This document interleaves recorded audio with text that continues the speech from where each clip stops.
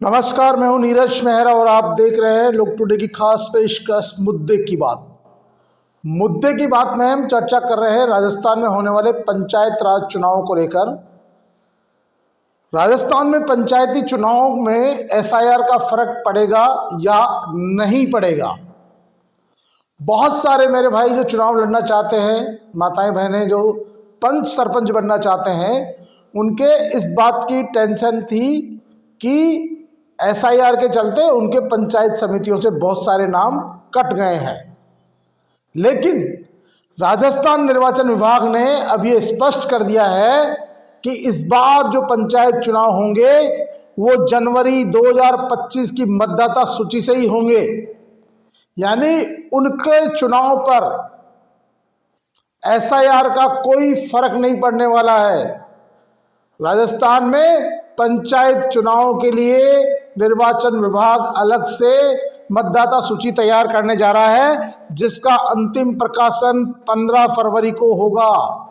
इससे पहले वो प्रारूप 29 जनवरी को एक फाइल सूची तैयार करेगा जिसमें ऑब्जेक्शन मांगेगा। यानी कि अब जो व्यक्ति सरपंच बनना चाहते हैं, पंच बनना चाहते हैं, उनको चिंता करने की जरूरत नहीं है। उन्हें लग रहा था, डर सता रहा था इस बात का कि उनकी पंचायत से एसआईआर के चलते इतने नाम कट गए हैं। ये बिल्कुल सत्य बात है। एसआईआर के चलते राजस्थान में 41,85,000 मतदाताओं के नाम कट चुके हैं। लेकिन इन पंचायत चुनाव में इसका कोई फर्क नहीं पड़ने वाला, इसका कोई असर नहीं पड़ने वाला है। और पंचायत चुनाव जनवरी 2025 की मतदाता सूची के अनुसार ही होंगे। यानी कि पंचायत चुनाव के लिए जो मतदाता सूची का फाइनल प्रकाशन होना है 15 फरवरी को होना है, और इसके लिए 29 जनवरी को एक फाइनल सूची जारी होगी जिसमें आदमी ऑब्जेक्शन लगा सकता है। यदि किसी का नाम गलती से कट जाता है तो वो अपना नाम जुड़वा सकेगा स्थानीय पंचायतों के माध्यम से। राज्य निर्वाचन विभाग ने यह भी स्पष्ट कर दिया कि इस बार 3,443 नई ग्राम पंचायतें बनी हैं। तो राजस्थान में इस बार 14,600 पंचायतों के चुनाव होंगे। यानी राजस्थान में 14,600 सरपंच चुने जाएंगे। वहीं 437 पंचायत समितियों के चुनाव होंगे और 41 जिला परिषदों के चुनाव होंगे। राजस्थान में इस बार मतदाताओं के साथ साथ जो सरपंचों की संख्या भी बढ़ेगी और जिला परिषद सदस्यों की संख्या भी बढ़ेगी। तो जो सरपंच का चुनाव लड़ने जा रहे हैं, पंच का चुनाव लड़ने जा रहे हैं, जिला परिषद का चुनाव लड़ने जा रहे हैं, उन लोगों को इस बात की कतई चिंता करने की जरूरत नहीं है कि एसआईआर के चलते उनके इलाके के लोगों के नाम कट गए। क्योंकि बहुत सारे जो चुनाव लड़ने वाले हैं उनको लग रहा था कि एसआईआर के चलते जो शहरों में लोग चले गए हैं उनके नाम कट गए हैं।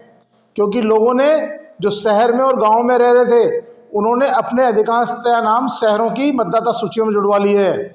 बहुत सारे जो चुनाव लड़ना ही चाहते थे वो उन लोगों ने शहरों से नाम हटवाकर गाँव में जुड़वा दिए हैं। तो उनका जरूर असर पड़ेगा। लेकिन जो चुनाव लड़ने वाले थे उनके सेहत पर इसका कोई फर्क नहीं पड़ने वाला, क्योंकि इस बार का जो चुनाव है जनवरी 2025 की मतदाता सूची के आधार पर होगा। और हमने 2 दिन पहले ही स्पष्ट किया था कि जो पंच और सरपंच का चुनाव लड़ने वाले हैं उनके लिए स्थानीय पंचायत का रहने वाला जरूरी है, आयु 21 वर्ष होना जरूरी है, सरपंच के लिए 8वीं पास होना जरूरी है, उसके 2 से ज़्यादा बच्चे नहीं होने चाहिए। लेकिन जो पंच का चुनाव लड़ेगा वो निरक्षर भी चल जाएगा, उसके लिए 5वीं पास या फेल होना कोई ज़रूरी नहीं है, शिक्षा का होना ज़रूरी नहीं है, बच्चे भी उसके कितने ही हो चल जाएगा।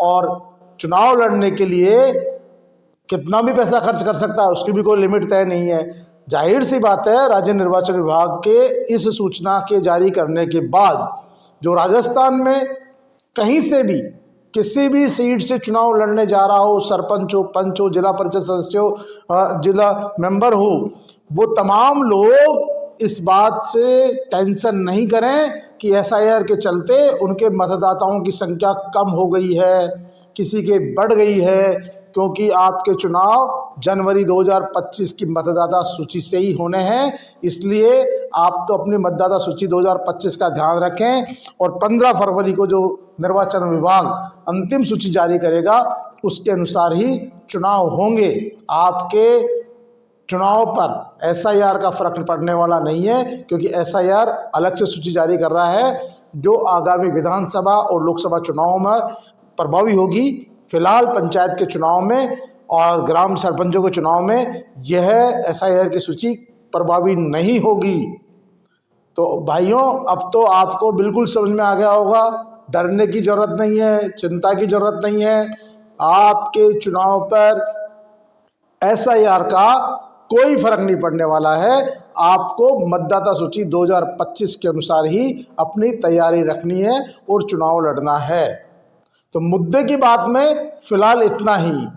कल फिर हाजिर होंगे किसी नई चर्चा के साथ, किसी नए मुद्दे के साथ। तब तक के लिए नमस्कार।